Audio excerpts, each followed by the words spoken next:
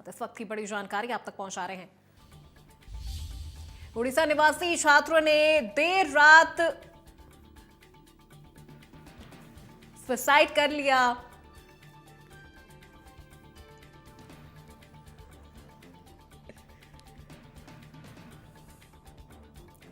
अग्निशमन व्यवस्था hanging device नहीं मिलने पर एक्शन लिया गया। उड़ीसा निवासी छात्रों ने देर रात किया था सुसाइड।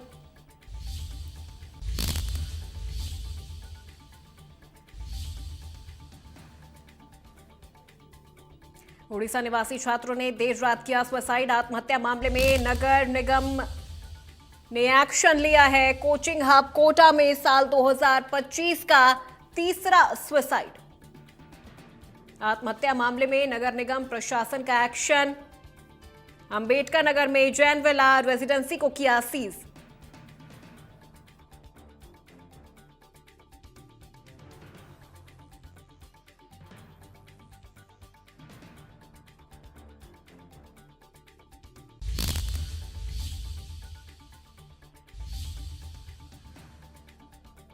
हजार 25 का ये तीसरा सुसाइड का मामला आया है सामने, जहां आत्महत्या मामले में नगर निगम प्रशासन का एक्शन।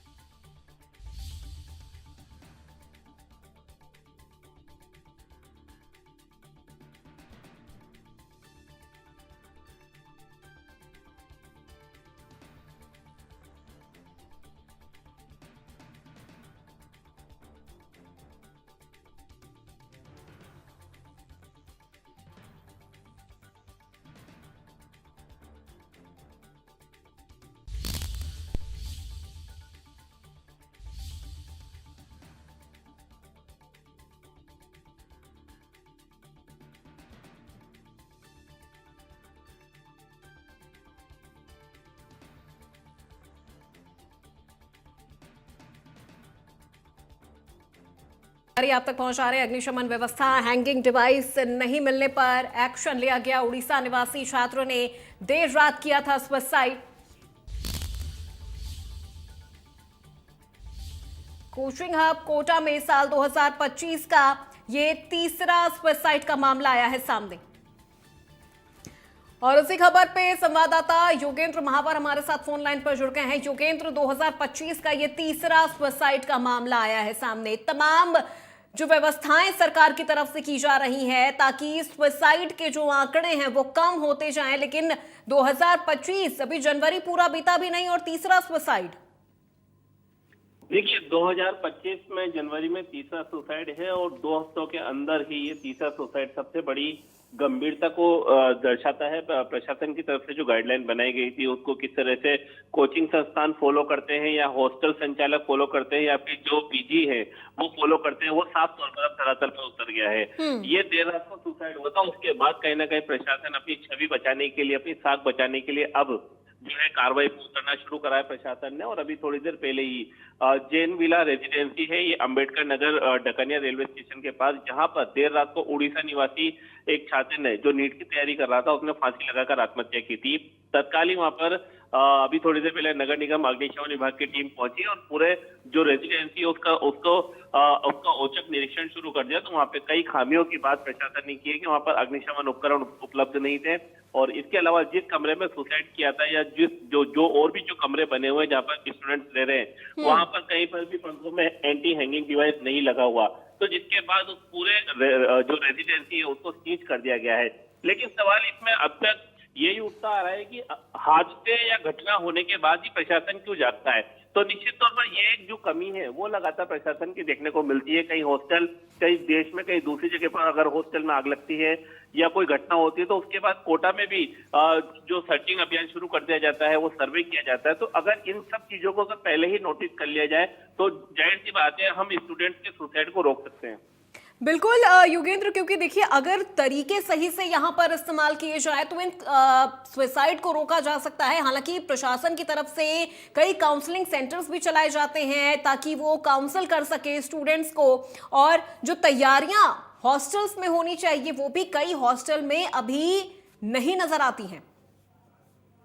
देखिए, अगर एनजीओ की बात की जाए जो स्टूडेंट्स के लिए बनाई गई है, काउंसलिंग की बात की जाए तो वो बनाई गई है, लेकिन वो कहीं पर भी धरातल पर काम होती हुई नजर नहीं आती है।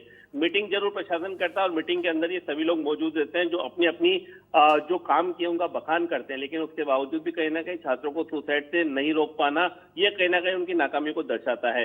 ये जिस तरह से जनवरी के महीने में 7 तारीख को और 8 तारीख को 24 घंटे के अंदर ही 2 सुसाइड हुए थे। उसके बाद जिला प्रशासन ने बैठक की थी और कई गाइडलाइंस भी इसमें बात की गई थी, और जो पुरानी गाइडलाइंस है उनको कितना फॉलो किया जा रहा है उसको भी यहाँ पे टैली प्रशासन की तरफ से किया गया था। लेकिन बहरहाल अब निकल कर यही आया है कि गाइडलाइन कितनी भी बनाई गई हो, जब तक वो धरातल पर नहीं उतारी जाएगी तब तक कोई जो है सुसाइड नहीं रोका जा सकता, क्योंकि एंटी हैंगिंग डिवाइस की बात आज की नहीं है।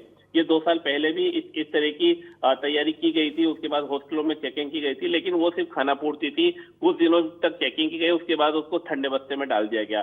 लेकिन जिस तरह से दोबारा सुसाइड के आंकड़े बढ़ते गए तो उसके बाद दोबारा उसको रीओपन करके दोबारा से अभियान चालू किया गया 10-15 दिन, फिर उसको ठंडे बस्ते में डाल दिया। और जिस तरह से अब ये सुसाइड हुआ है उसको दोबारा से लोगों को जागरूक करने के लिए एंटी हैंगिंग डिवाइस की बात की जा रही है। लेकिन आज भी 50% हॉस्टल या रेजिडेंसी कोटा में ऐसे मौजूद है जहां पर इस नियम को फॉलो नहीं किया जा रहा है। लेकिन प्रशासन तब जागता है जब कोटा में इस तरह की गंभीर घटना सामने आ जाती है। बिल्कुल योगेंद्र, जब इस तरह की घटनाएं सामने आती हैं उसके बाद प्रशासन एक बार फिर से जागता है और फिर तमाम तैयारियां की जाती हैं, और फिर वो तमाम तैयारियां हम देखते हैं कि ठंडे बस्ते में चली जाती हैं। लेकिन उसके बावजूद भी जो सुसाइड के मामले हैं वो रुकने का नाम नहीं लेते हैं।